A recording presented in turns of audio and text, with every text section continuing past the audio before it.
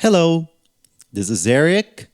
Today is January 13th, 2023, and in this class we'll be talking about the territorial expansion.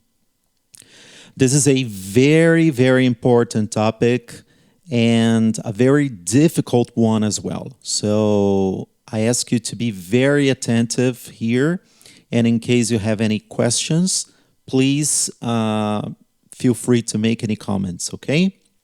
So let's go. In this slide, you basically have a map of Brazil.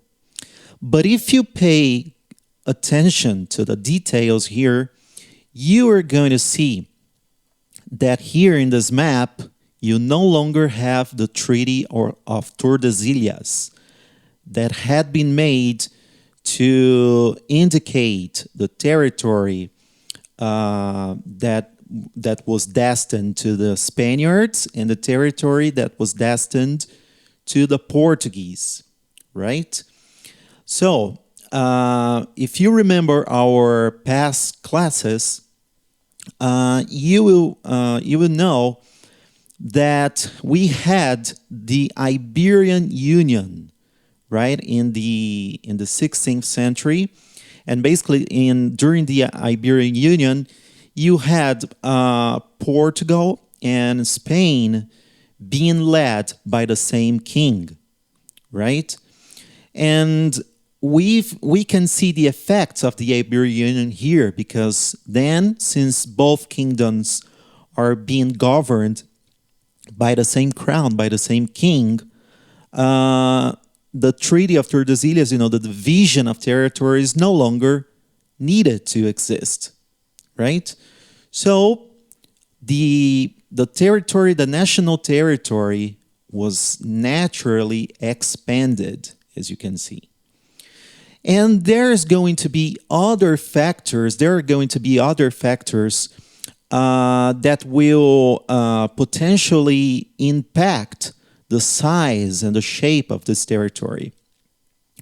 And the importance of addressing, these events is not only related to the territory increase itself, but also to the history of Brazil, right? That is going to be intimately related to the way that its territory was shaped along history, okay?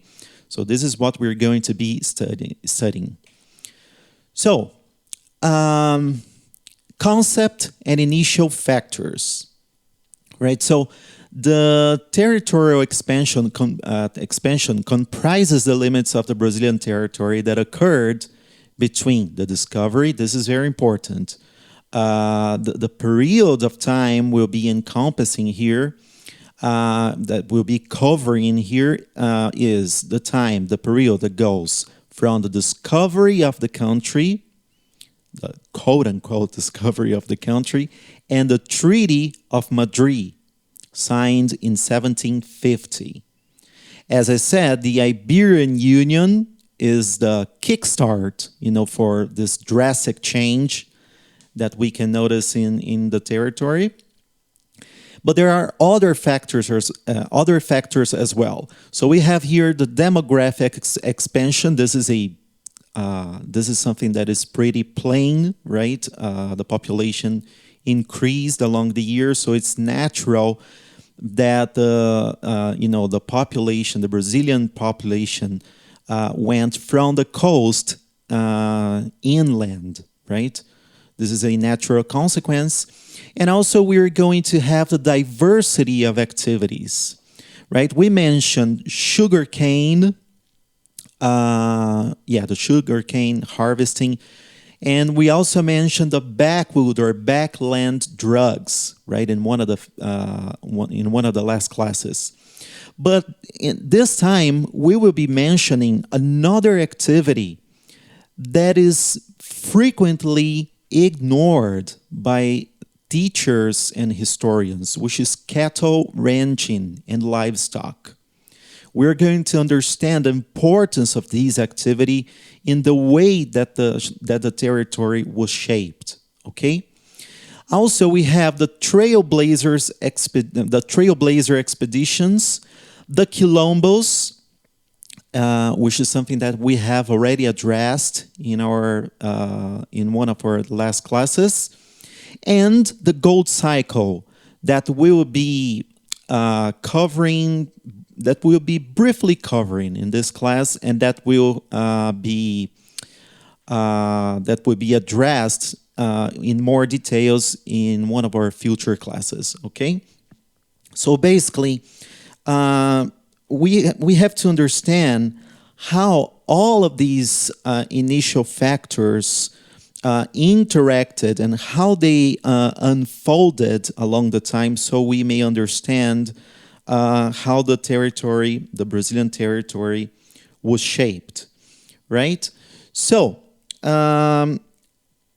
if you remember our last classes, right, you will know that the territorial, that the population, actually, the occupation of the territory basically started in two different places. In São Vicente, which is the southeast of the country, and the northeastern region, right?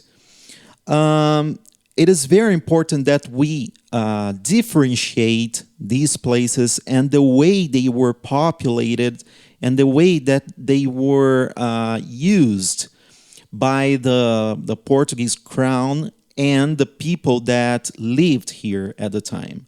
Okay, so basically, what you had, let's begin by the northern coast. Okay, the northeastern coast. Let's start by the northeastern coast. So, in the 16th century, the northeastern coast was characterized by the presence of an export system, which generated high profitability and allowed the existence of a numerically small but quite rich consumer market.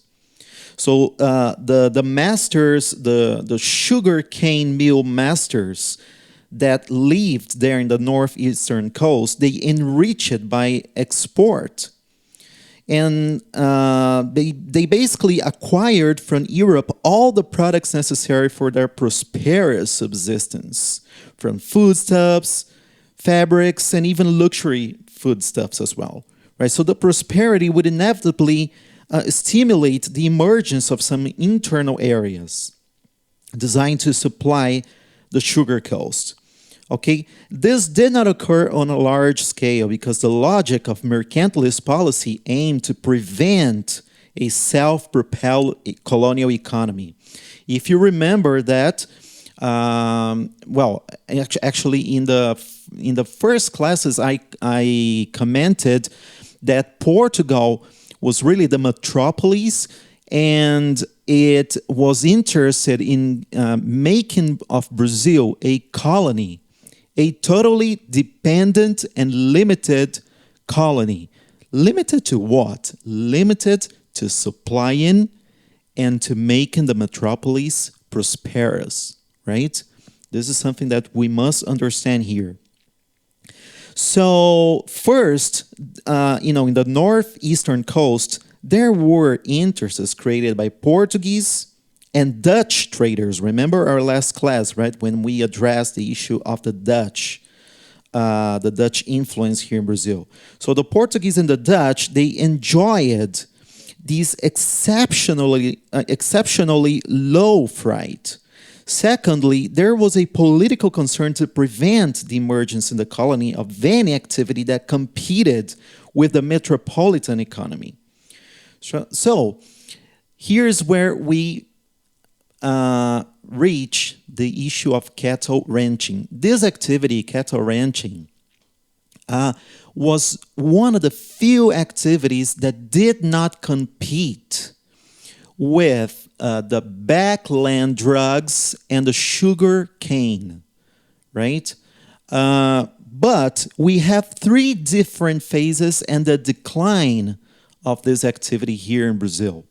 And we will understand how it impacted the history of the country. So, cattle was introduced in Brazil around 1550, right? Let me check here. All right. Yeah. So cattle started in Brazil in 1550. Oh, I'm so sorry, guys. All right, you can see that I'm using my mouse here, so it's kind of difficult to write. But so cattle ranching began in the country in 1550, right? And it had as initial functions transport, feeding, handling of meals, and leather supply. But there was a problem. This cattle was raised within the sugar farms. And if you have experience with these animals, you will notice that in addition to occupying large spaces, they destroy the sugarcane plantations. For this reason, the landowners pushed the ox inland, beginning the second phase of the northeastern livestock. So, back in time, northeastern coast, as I said, sugarcane plantations. And, well, as I said, along the time and until it reached the second phase, these oxes, these cattle was pushed inland, right, so that they could stay away from the sugar plantations. And what did we have in the Vincentian coast, in São Vicente? Well, while in the northeastern coast we had prosperity, sugar cane, and all these animals, cattle and so on. In the Vincentian coast, we had a poor subsistence economy. Remember, São Vicente will give rise to what is nowadays São Paulo, right? And basically, São Vicente, after its beginning with Martim Afonso, you had there, the first Catholic church that was done there, that was performed there, and then basically the region was abandoned. I mean, the region was away from the Portuguese attention. So we had basically people that were there living in an extremely poor subsistence, in a poor subsistence economy, right? And this is very important so we can understand the dynamics of between these two areas and what is going to happen more ahead. But let's go back to the northeastern coast, and then we will return with the Vincentian coast. Okay, so in the northeastern area, we had cattle raising and livestock, right? So, as I said, there were three phases and the decline from the 16th to the 18th century concerning the cattle ranching activity. Okay, the first phase, cattle and sugar, economically and geographically linked. That goes from 1550 to 1600. So we had the bovine area, cattle were raised within the sugar farms themselves, right? So the ex-owners were the very sugar landowners. And the ox was used basically, as I said, for feeding, for transport, and for workforce. Okay?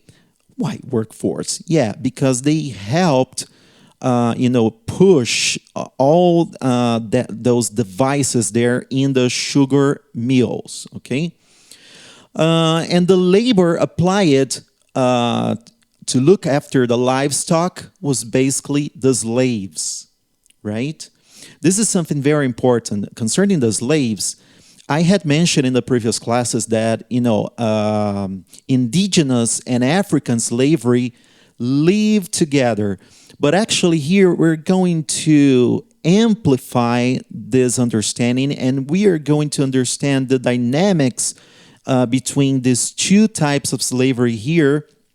And in understanding it better with more detail, we're going to see that in some occasions, one gave room to the other due to historical events, and that also impacted the history of the country. Okay, so we had the second phase. As I said, in the first phase, you had cattle and cattle in the same area used intended for the sugar cane production, right? And that destroyed the plantations. So cattle destroyed the plantations, and what happened then? They were placed away from sugar cane mills, right? So we had as a consequence, we have the inland exploration for grazing places, right? After all, they needed to eat. So in the second phase, we have cattle and sugar economically connected, but geographically separated. And this second phase started on 1600 and went until 1670. Right? And what are the characteristics of this second phase? We have the bovine area in the Agreste and Sertão, right? These are two regions of the northeastern coast. So the Bahia oxes were gathered on the shores of the São Francisco River, Rio dos Currais. This is the name that the shores receive, while the Pernambuco cattle were sent to the countryside of Piauí and Maranhão. Okay, the ox owners, still the sugar land owners. The ox use, why were they used, or what were they used for? For feeding and for producing leather, right? Leather for manufacturing clothes and footwear. And also, they were used for building windows and roofs. So you can see that these oxes were not only about food, they were used for many purposes, okay? And the labor, what was the labor, the manpower applied for livestock, for looking after the livestock? In this period, one could no longer use slave labor. Why? Very simple. If they sent the slaves far enough, to make sure that they were geographically separated from the sugar fields, from the cane fields, then it would be very risky. Why?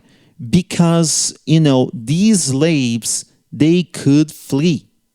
They could go inland and flee and escape. So the cattle became the responsibility of a semi-servile workforce composed of half-breeds. We have here the mulattoes, right, which are basically people that were born by white people. They were basically born from white people and black people, right? So they received this name, mulattoes. And the Mamluks, right? What are these Mamluks? These are normally the slaves that would work inside the house, the main house. So they would have a closer relationship, a closer servile relationship, and they would then look after these cattle. Okay, let's move on here. And finally, we reach now the third phase, right? I kind of misposition here, this this information, but yeah, it's okay. So the cattle now was completely separated from sugarcane, right? So economically, the cattle and the sugar were economically and geographically separated now. And this phase goes from 16 1670 to 1750, from 1670 to 1750. And what are the characteristics of this phase? Bovine area, still Agreste and Sertão in the northeastern coast. Ox owner. So now we have this small cattle ranchers, right? Why? Because the northeastern pasture activity expanded rapidly due to the reduced capital needed for the implementation of the modest cattle farms in the region. So purchasing or acquiring the cattle was simple.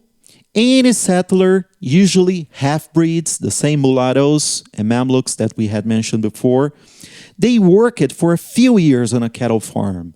And as I said, they were not really slaves. They had a servile relationship. And what guaranteed that they would not flee is that they received their wages. How? In cattle. So usually one calf at each 4 or 5, or on one ox at each 4 or 5 oxes as well. So before long, they were able to establish themselves as cattle owners. So no more, and you will understand, that along this period here, we'll have big changes in Brazil that also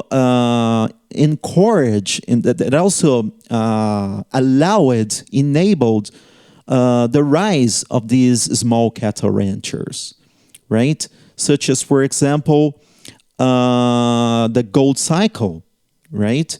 And also, we're going to have other factors we'll be analyzing ahead, right? So anyway, these cattle ranchers, they arose, right? And as I said, they when they worked for the landowners, they received their wages in cattle, and that was kind of like a guarantee that they would not flee, as could happen to the slaves, right? And they were able to establish themselves as cattle owners. The extensive reigning required rudimentary facilities, 1 or 2 houses, right? They had been servants, right? They were not landowners. So the facilities, the structures were very rudimentary, 1 or 2 houses and a few corrals, right? More and more, these cattle ranchers, they would be only limited to subsistence, right? Along the time, because after the third phase, we're gonna have the decline for a long time of this activity, right? So more and more, along this period, you would see basically a relationship of subsistence regarding these cattle ranchers. So the workforce remained the same. And also they applied, this workforce, blacks, indigenous, or half-breeds, all of them employed or working in a servile regime, right? So this is basically the structure implemented by these cattle ranchers. Ox use, feeding, and leather. So here you have a narrower range of possibilities for the ox. A new company, the cattle owner, began to sell their products to the sugar coast. And the mining area, so that you must understand this here. Initially, in the beginning of this third phase, cattle owners would sell their products to the sugar coast. So we are basically talking about the northeastern coast, right? So they would sell their products to the sugar coast. And in the beginning of the gold cycle, they would also sell products to the mining area of Minas Gerais initially, and then Goiás and Mato Grosso, right? As a result, the cattle fairs arose. These cattle fairs Still nowadays, they are very famous around Brazil, across the entire nation. So, in addition to the strictly cattle genre, clothing adornments were sold. And due to the circulation, and that that harmonizes perfectly with the use that we established here in this third phase for the oxes, fitting and leather. So these adornments were sold, and due to the circulation of money, artistic spectacles, and the sale of ornaments, we had the cattle fairs, right? Because a lot of money circulated, then you began to have artistic spectacles and ornaments being sold. In a short time, cattle fairs became important cultural events of the northeastern life and society. So they would generate cities. For example, Feira de Santana, which translated into English is Santana Fair in Bahia. This is a very good example of that, okay? So here you have a picture of, this herd of cattle, right? So you see, from this air picture, you see how much space they require. And you have even, these pathways being formed here, because of these animals, that will pass by along the vegetation, right? So, yeah, they initially, as I said, they were placed in the sugar canes, in the cane fields, right? So initially, in the first phase, they were placed together with the cane fields. Then they were placed away from the cane fields, and then we had the third and final phase, which I have just commented, right? So cattle ranching completely separated from sugarcane. Now it became so cattle ranching completely separated from sugarcane and became an autonomous activity. Where's my mouse? I think it's not working anyway. Oh yeah, it's working. It's here. Right. So, basically, I have the same slide here. Ooh, so that one was a mistake. All right. I'll make sure I'll correct it later.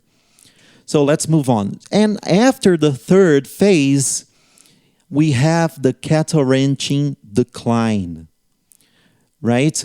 As I told you, from the end of the third phase, we have the first phase, right? Let's just review it. We have the first phase, so sugarcane and cattle together. As a result, the plantations were destroyed. So what did they do? They pushed the cattle inland, right? So as to separate it from the cane fields, right? So we have more and more, these mulattoes, right? And they are going, these half-breeds, and they are going to be looking after this cattle. They are paid in cattle. Along the time, they become owners of this cattle, right? So along the time, these new cattle owners, the half-breeds, they start selling their products to the sugarcane areas, right? And also from the gold cycle, they will also sell products to the people involved with the mining, right? Both in the region of Minas Gerais and later on in the region of Mato Grosso and Goiás. We'll be studying more about that, okay, in a future class. So we had the rise of cities because we had in this period the fairs, right, where a lot of money circulated and lots of products were sold. But along the time, especially as you have, for example, the decline of the sugarcane activity, influenced, among other factors, for the Dutch dominance in this aspect, right? Because they attacked the African colonies, right? And basically dominated, the sugarcane activity. So, in view of these and other factors, the cane activity will decline. As the cane activity declined, the cattle ranching declined. The cattle ranching also declined. Why? Because they sold products to them, and also one of the factors that caused the decline of sugar cane was the gold cycle, right? So, because of these factors, what we have here is the regression of cattle ranching to the subsistence economy. This was gradual, right? This was gradual, and it took place from the end of the third phase to basically the second half of the 18th century. So this decline basically took place from the second half of the 17th century and the second half of the 18th century, right? So this is what you can read here. The pastoral economy exists due to consumer markets outside of the sugar zone and later the mining area. These markets, however, declined respectively. Oh, yes. And also, when we have the decline of the mining cycle, of the gold mining cycle, obviously, these cattle will also decline. So the decline of both activities, sugarcane and gold mining, the decline of these two activities impacted the cattle ranching activity and caused it to go back to a subsistence economy. So in face of these events, this double event, the pastoral economy, the cattle ranching economy did not disappear because there were people that thought it would disappear. But what happened is it spread. It basically spread across the territory and expanded, at least in terms of the growth of the herds and the area occupied by them, right? The explanation of this phenomenon is that breeders with reduced monetary possession had cattle as its only capital, so they became poor, and the only actual capital they had was cattle. Thus not being able to transfer the herd to another region. Their only alternative was to continue with the breeding, even if the prices were low and the demand reduced. Saying goodbye to the few wage earners, farms began to produce inside them what was once bought outside, and so the cattle ranch began to atrophy, close in itself, finally regressing to a subsistence economy. So this is basically the description, the detailed description of the regression of the cattle ranching activity to the subsistence economy, right? The ranching activity, which was already poor, declined in the mid-18th century, a situation that continued until the 20th century when we're going to have a turnaround, okay? So now we are going to be talking about the expeditions, right? The trailblazer expeditions. And we gotta understand how that happened. So far we have been talking about the northeastern coast. So you had the northeastern coast initially, the sugarcane. Let's just revise it, okay? So you may have a broad understanding of the whole process. So in the northeastern coast, you had sugarcane, you had backland drugs, and you had the cattle ranching. Cattle ranching and sugarcane were together initially, right? Until the plantations were destroyed. What did they do? They pushed the cattle inland, right? You had the second phase with the rise of cities, and then you had the decline of sugarcane activity, which impacted cattle ranching, right?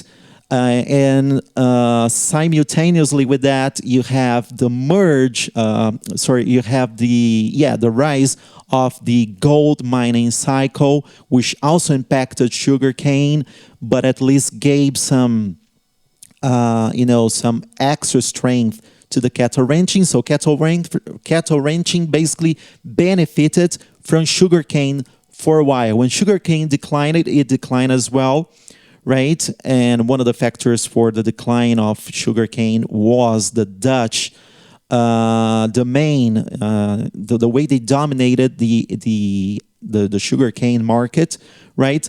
But then, as the sugarcane activity declined, we have the rise of the gold mining cycle, which gave extra strength to the cattle ranching activity. But also along the time, gold mining declined. We're going to be studying more about the gold mining cycle. Okay, so as the gold mining cycle declined, also we have the decline of the cattle ranching activity. And it declined until it regressed to the, basically, as we said here, to the subsistence economy period. So we talked here about the reality of the country in terms of the northeastern coast.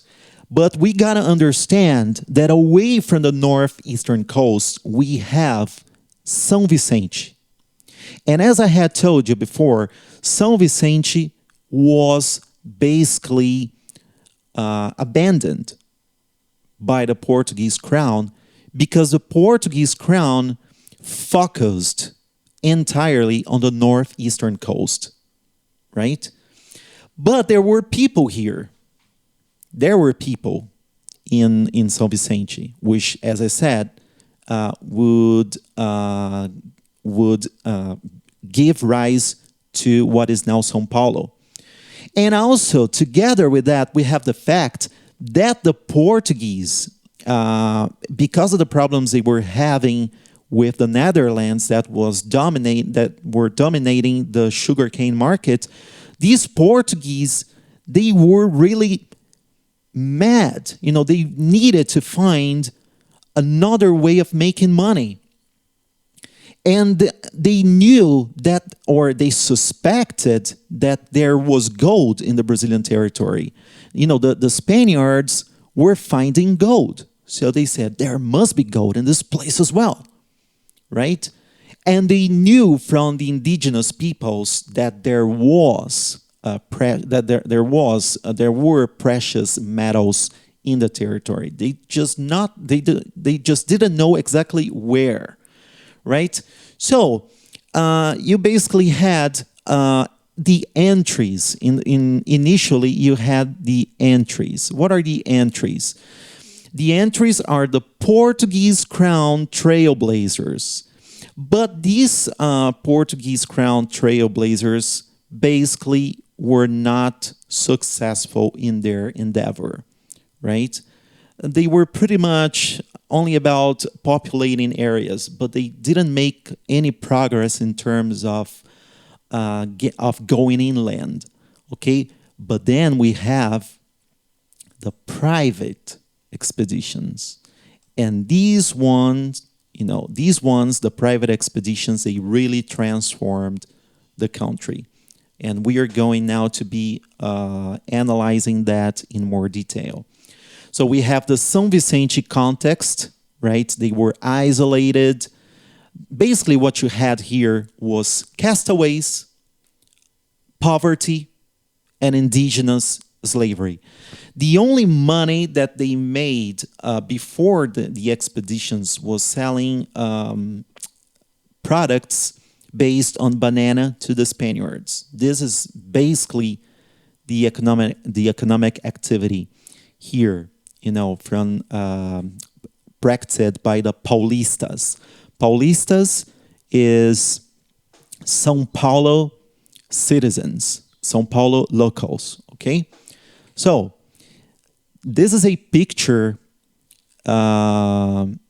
this is a picture from the 19th century taken in São Vicente. So as you can see here, a very, a very poor area, you have this house here, old house. You have just basically one ox here, and this horse, a lot of people. So, as I said, it's still, although this is not a picture, from the early beginnings of the region of São Vicente, as you can see, they were poor, even in the 19th century when this picture was taken, right? So, as I said, in this region, you had indigenous slavery, right? It was practiced, and we must contrast. Let me write it here. So northeastern. Okay, let me see, just a minute. I will grab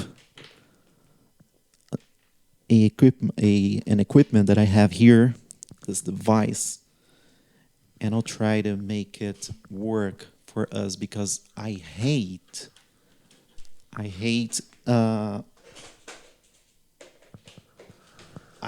using the mouse, to write here. So let me see if it gets better. That was not on the script as well, but yeah, we do improvise things here. All right, so we have in the northeastern, initially, when the Portuguese and the Dutch were working together in cooperation, we'd have African slaves, right?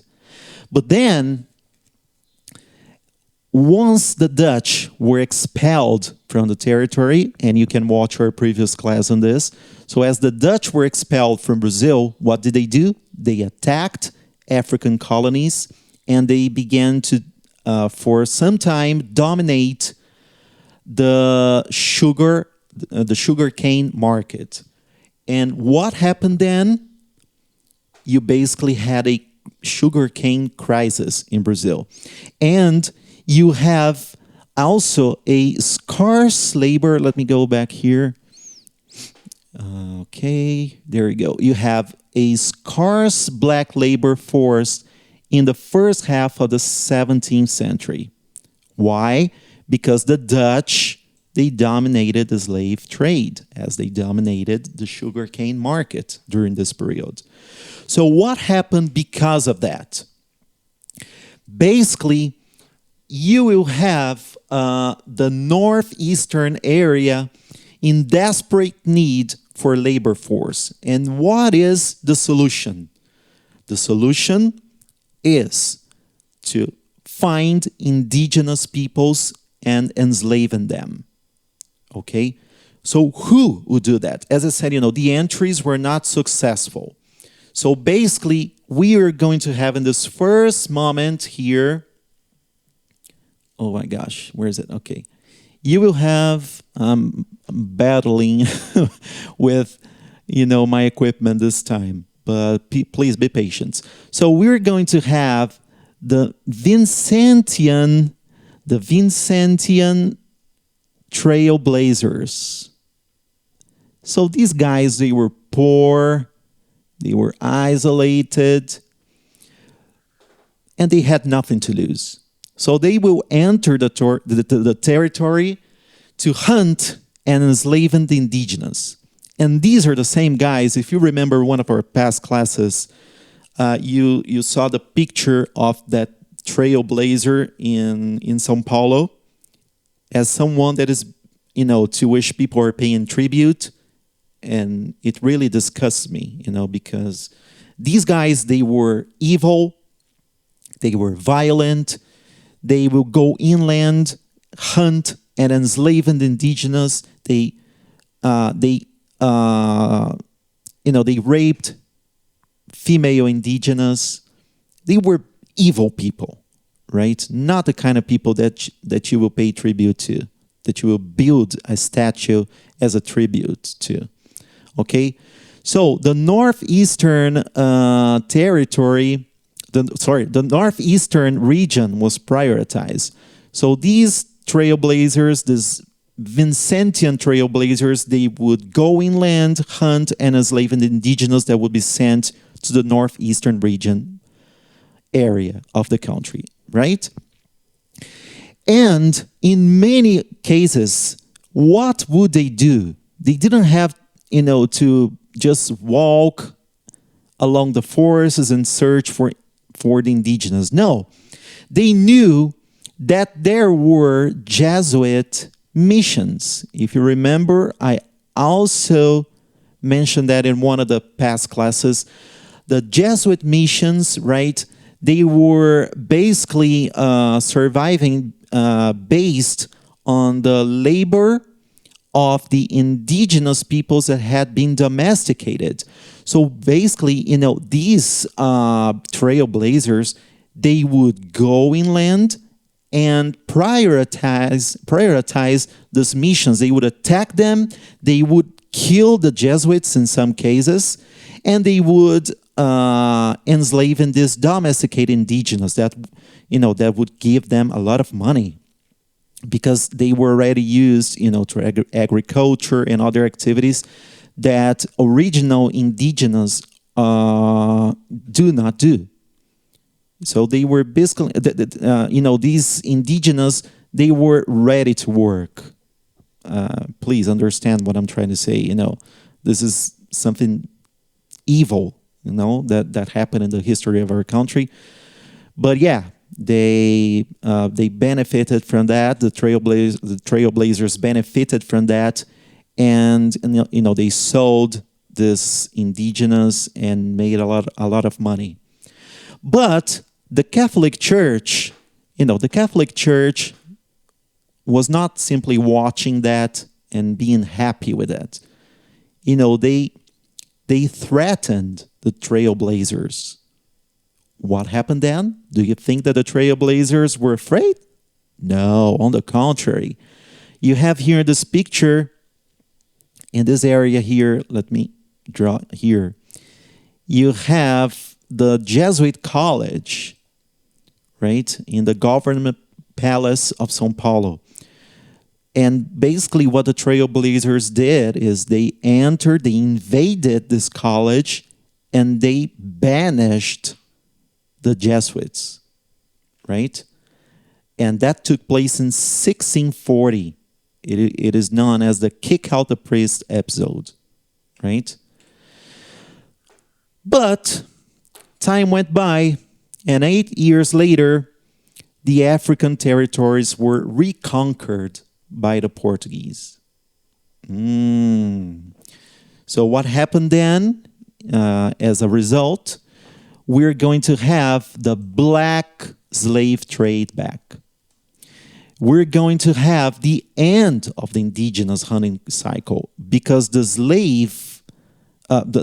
black slave trade was much, much more profitable for the Portuguese than,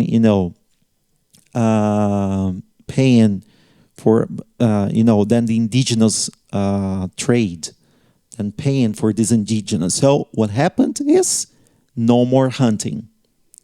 So again, trailblazers were like back to poverty and said, what are we gonna do now? Well, the only option was to head towards Minas Gerais. And I'm not saying that they went, straight to Minas Gerais because they knew that there was gold there. No, what they did is they headed inland, and eventually they found gold, right? And it took them many years to accomplish that. So the first trailblazer that found gold was Antonio Rodrigues Arzão. This one here, Antonio Rodrigues Arzão, right?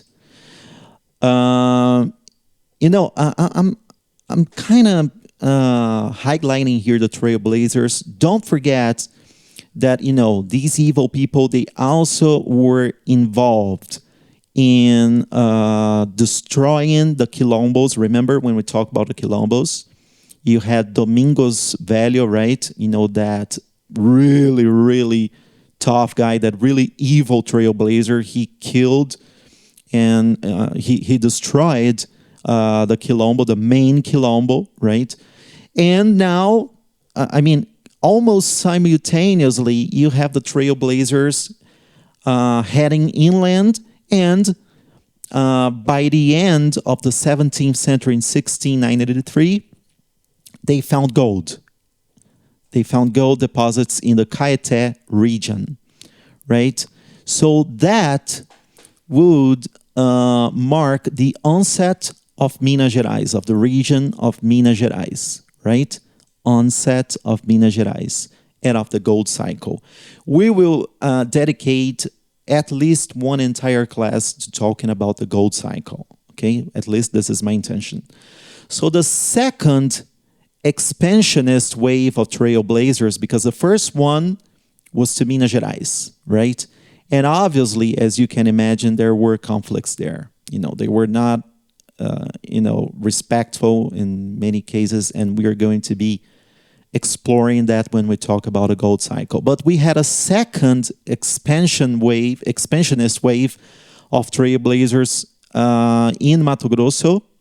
They found gold there as well.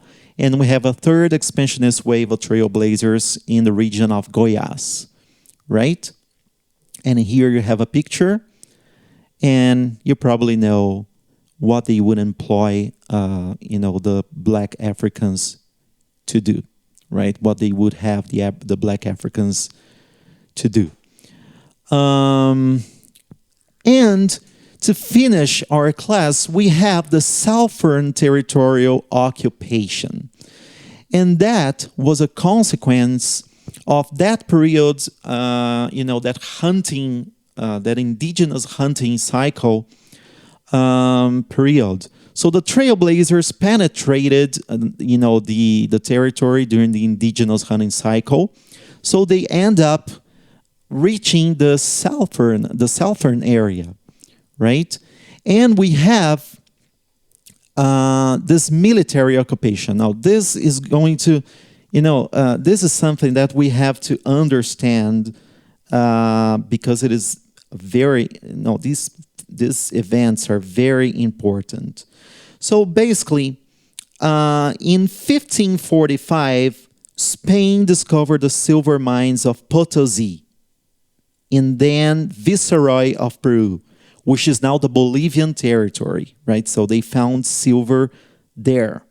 Shortly thereafter, the government of Madrid founded the city of Buenos Aires, which came to have a triple importance: Potosí Silver Distribution Center, headquarters of the Spanish inspection in order to repress smuggling, for example, and finally the key nucleus of commercial operations between Spain and its South American colonies.